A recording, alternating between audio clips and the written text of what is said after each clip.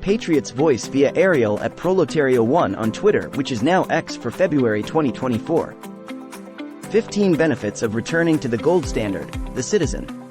1. Silver and gold hold intrinsic value that isn't subject to inflation like fiat currency. This provides economic stability. Inflation has diluted the US dollar's purchasing power substantially over the past century. In 1913, when the Federal Reserve was founded, $100 could buy what takes $2,500 today, an astonishing loss of value. Precious metals do not inflate like this. 2. There would be less risk of hyperinflation destroying savings and purchasing power. Venezuela suffered devastating hyperinflation with money losing all meaningful value, wiping out years of savings. This is impossible with something like gold or silver maintaining inherent worth. 3. Individuals would have more financial privacy without centralized digital money monitoring all transactions. China's social credit system tracks all digital transactions, giving the state unprecedented access to monitor citizen spending. Using precious metals allows for untracked exchange, preserving privacy from authoritarian overreach. 4. Savings in precious metals preserve wealth better over the long term compared to fiat currencies. Historical cases like Mansa Musa's 14th-century West African empire growing incredibly rich from massive gold holdings show it preserving vast wealth over centuries compared to currencies that inevitably deflate.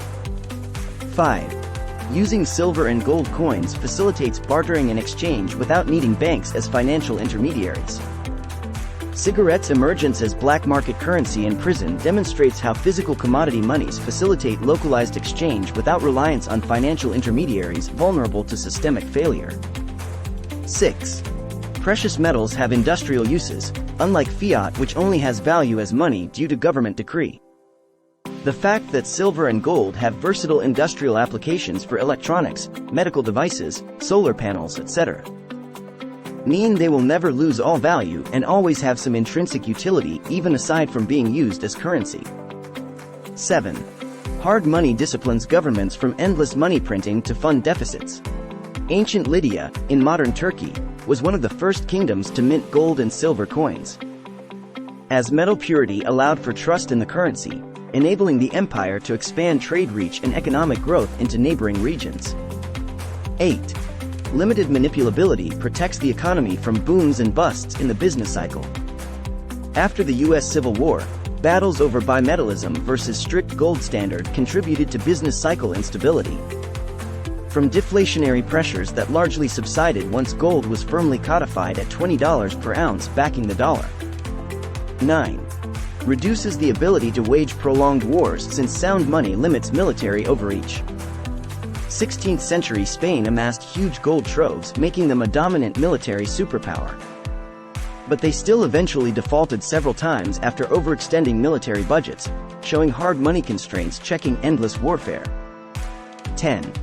Eliminates systematic banking bailouts that socialize losses while privatizing profits. When unsound lending practices in the U.S. savings and loan sector triggered crisis and threatened industry collapse. Taxpayers were forced to cover billions in bailouts, protecting firms while citizens bore job losses and economic pain. 11.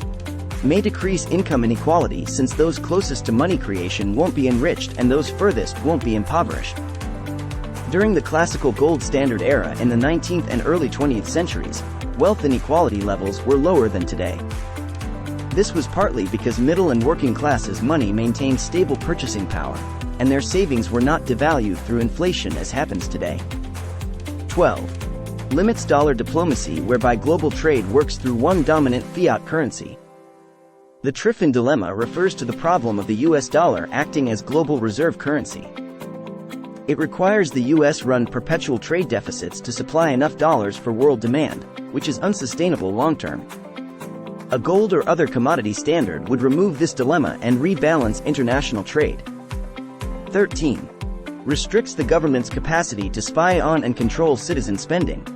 When India was part of the British Empire, many Indians distrusted paper rupees issued by the British and preferred holding gold and silver. This allowed them to exchange value privately without relying as much on imperial monetary policies. 14. Silver has antimicrobial properties with medical use cases that provide utility even if not used as money. In World War I, silver-containing antiseptics were crucial for treating injuries when antibiotics had not yet been developed.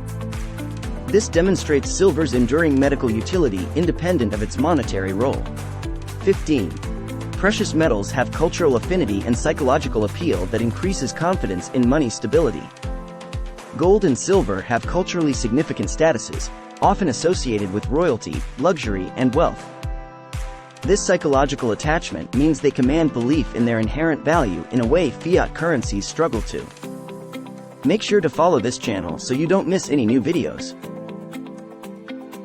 Thank you for watching.